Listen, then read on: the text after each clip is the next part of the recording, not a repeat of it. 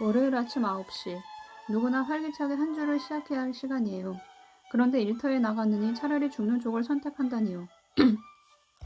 이 통계가 우습게 들릴지 모르겠지만 굉장히 슬픈 일이에요. 사람들은 죽고 싶을 만큼 그토록 자신을 힘들게 하는 무언가로부터 벗어날 선택권이 자기한테 없다고 생각하죠. 그래서 무언가를 해보기도 전에 포기해버린답니다. 하지만 나는 이 자리에서 분명히 말할게요. 당신은 당신의 인생을 선택할 수 있어요. 안 그런가요? 조지는 선뜻 대답할 수 없었다. 당신은 인생이 자신을 뒤흔들게 방치해두는 숱한 불행한 영혼들처럼 그렇게 무기력하게 앉아있을 필요가 없어요. 운전대를 잡고 당신의 인생을 선택하세요. 당신의 생각, 당신의 신념, 당신의 행동을 선택하세요. 당신이 버스의 운전사예요. 그러니 그 버스가 어디로 가야 할지, 그 여행이 어떤 여행이 돼야 할지 직접 결정해야 합니다. 그렇지 않나요? 조이가 다시금 물었다. 글쎄요, 모르겠어요. 조지가 자주 섞인 어투로 말을 이었다. 언제나 내가 아닌 주변 사람들이 나 대신 결정권을 차지하고 있는 것 같아요. 내가 내 인생을 사는 것 같지가 않다고요.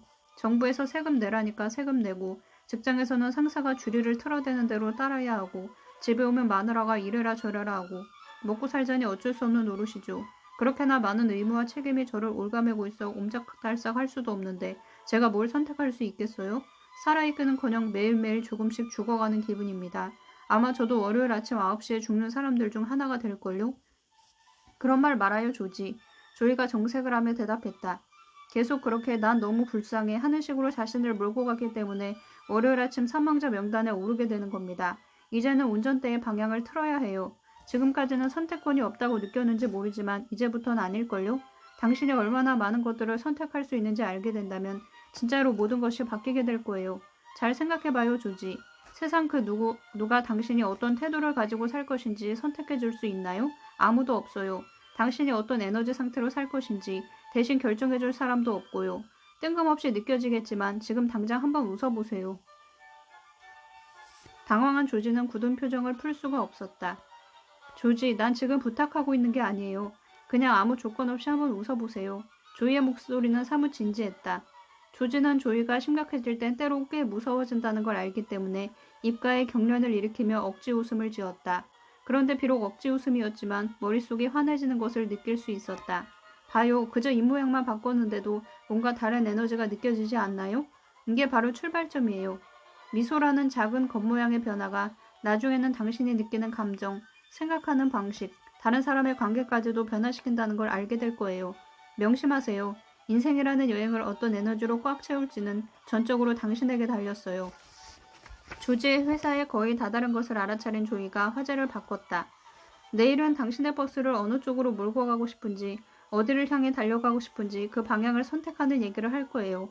이제 당신은 다른 운전사에게 핸들을 맡긴 상태인 승객석이 아니라 앞이 훤히 내다보이는 운전석에 앉았어요.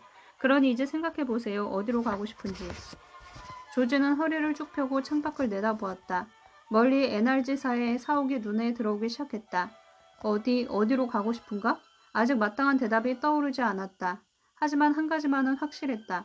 현재의 모습으로부터 벗어나고 싶다는 것. 조이는 조지의 생각을 벌써 읽고 있었다. 비전을 가진 사람은 눈빛과 걸음걸이부터 눈에 띄게 다르다.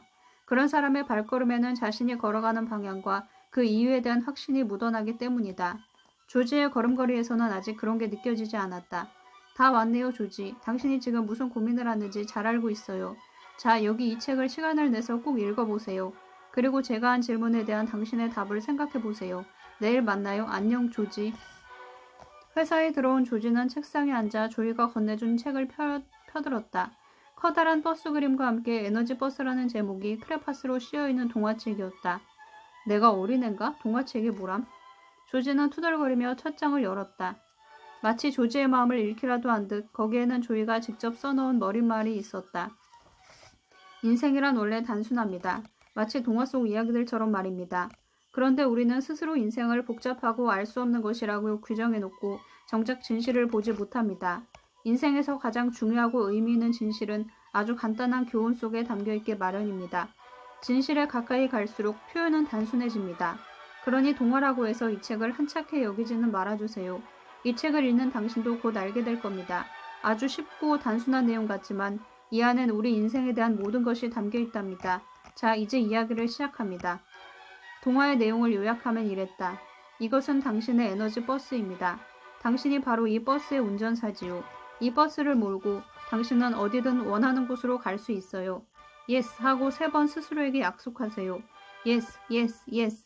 영화의 한 장면 속 디즈니랜드, 북극, 어디로든 갈 수 있어요. 당신의 버스에게 말하세요. 진정으로 가고 싶은 곳이 어딘지. 그러면 갈 수 있어요. 모든 여행은 어디론가 가고 싶다는 소망, 무언가 하고 싶다는 열망에서 시작되니까요. 강렬하게 원하는 마음만 있으면 그것을 실현할 수 있는 힘도 생긴답니다. 당신은 어디로 가고 싶나요? 당신의 비전은 무엇인가요? 동화에 이어서 다시 조이가 써내려간 안내문이 들어있었다. 어디로 가고 싶습니까? 그 답을 찾아야만 당신은 저와 함께 나머지 인생의 룰을 배울 수 있답니다. 당신이 정말 원하는 게 뭔지 잘 생각해 보세요. 삶은 당신 자신이 만들어가는 겁니다. 세상에 끌려다니지 마세요. 당신 자신의 삶을 스스로 창조하세요. 아래 질문들에 대해 깊이 생각해보고 답을 써보세요. 그리고 내일 버스에서 다시 만나요. 1. 당신의 비전은 무엇인가요? 당신이 인생에서 이루고 싶은 꿈은 무엇인가요?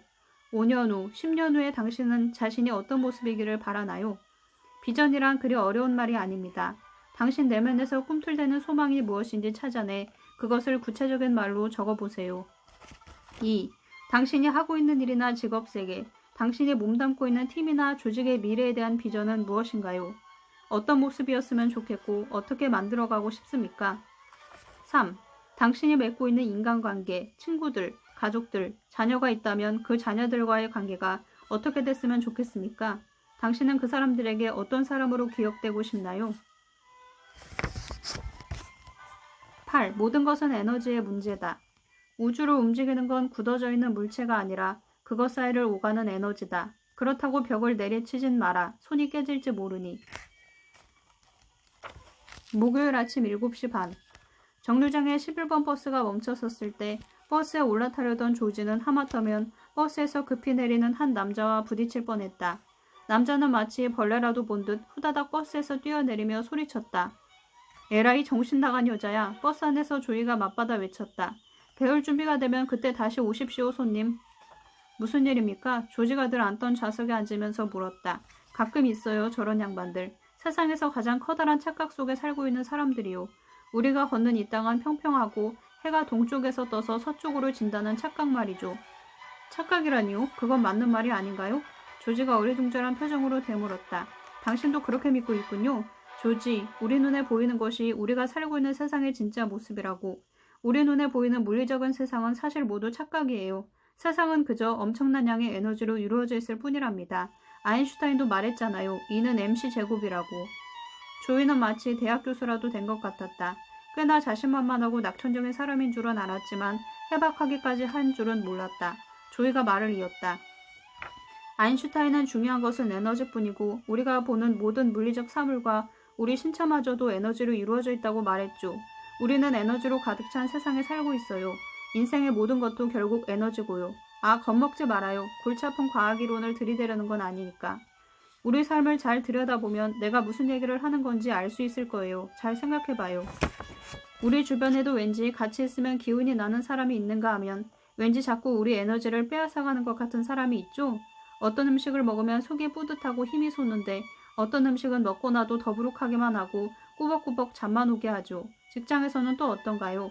절로 에너지가 불끈불끈 솟는 프로젝트가 있는가 하면 왠지 하기도 싫고 조금 하다 보면 푹푹 지쳐 떨어지게 하는 일도 있잖아요.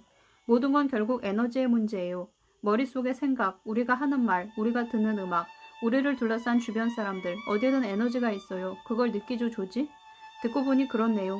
조지는 회사에서 에너지가 충천해 의욕적으로 일을 해본 게 언제였는지 까마득하다는 생각을 하며 공감의 의미로 고개를 끄덕였다. 또 예를 들어줄게요. 축구나 농구 경기 보면 중계하는 아나운서가 이런 얘기를 하죠.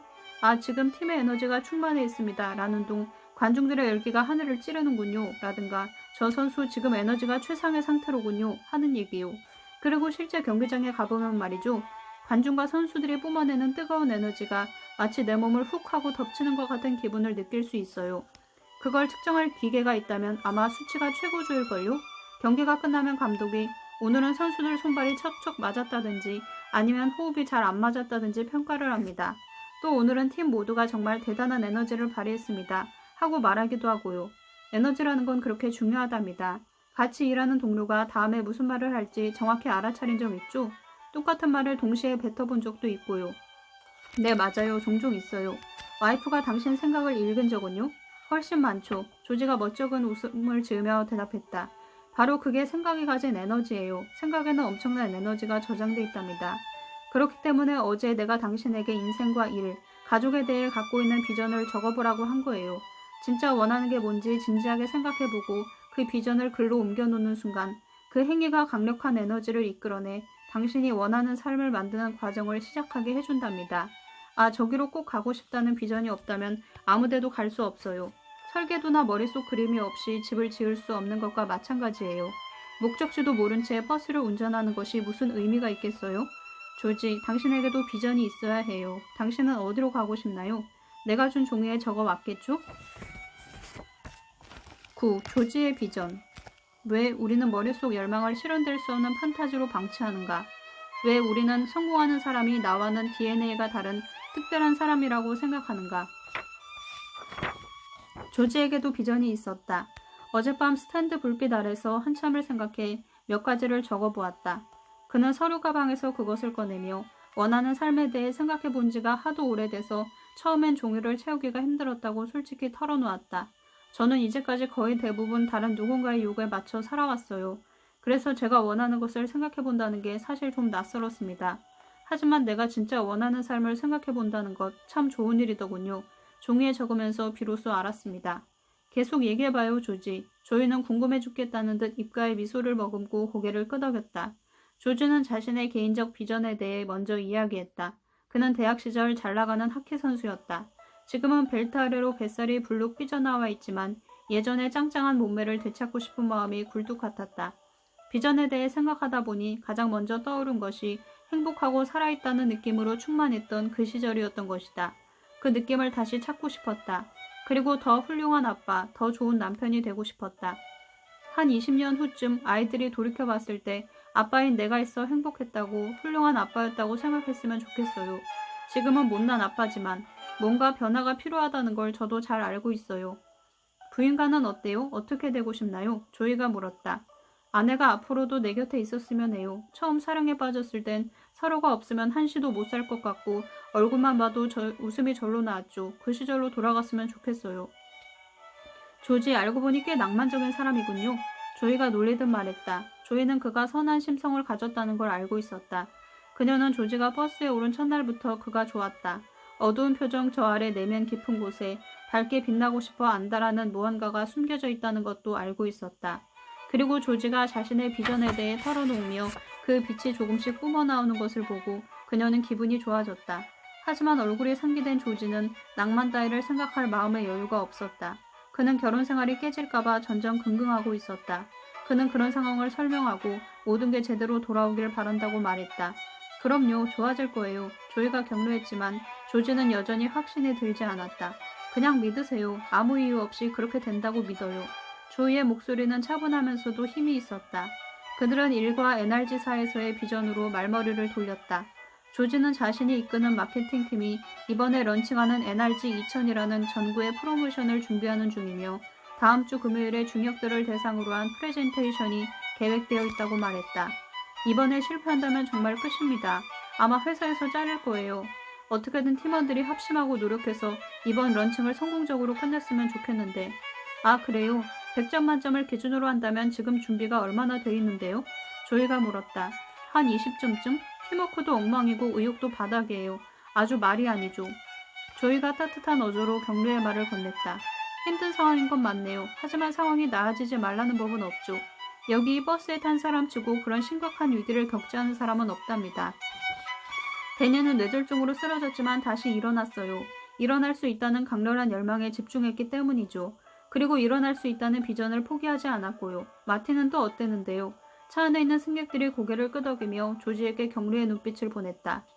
불행히도 대부분의 사람들은 위기를 겪고 나서야 비로소 변화해요. 이유는 잘 모르겠어요. 하지만 그렇게 경험을 한 사람들이라면 누구나 다른 사람들은 그런 위기를 겪기 전에 한 번이라도 자신의 인생에 대해서 자신이 원하는 바에 대해서 진지하게 생각해 보았으면 하고 바라죠. 어떻게 되겠지 하고 마냥 기다려서는 안 돼요. 그래서 때로 위기가 필요하기도 해요. 또 어떤 때는 인정하고 싶지 않은 사실을 인정해야 하기도 하고요. 조이의 말을 들으며 조지는 암으로 투병 중인 어머니를 떠올렸다.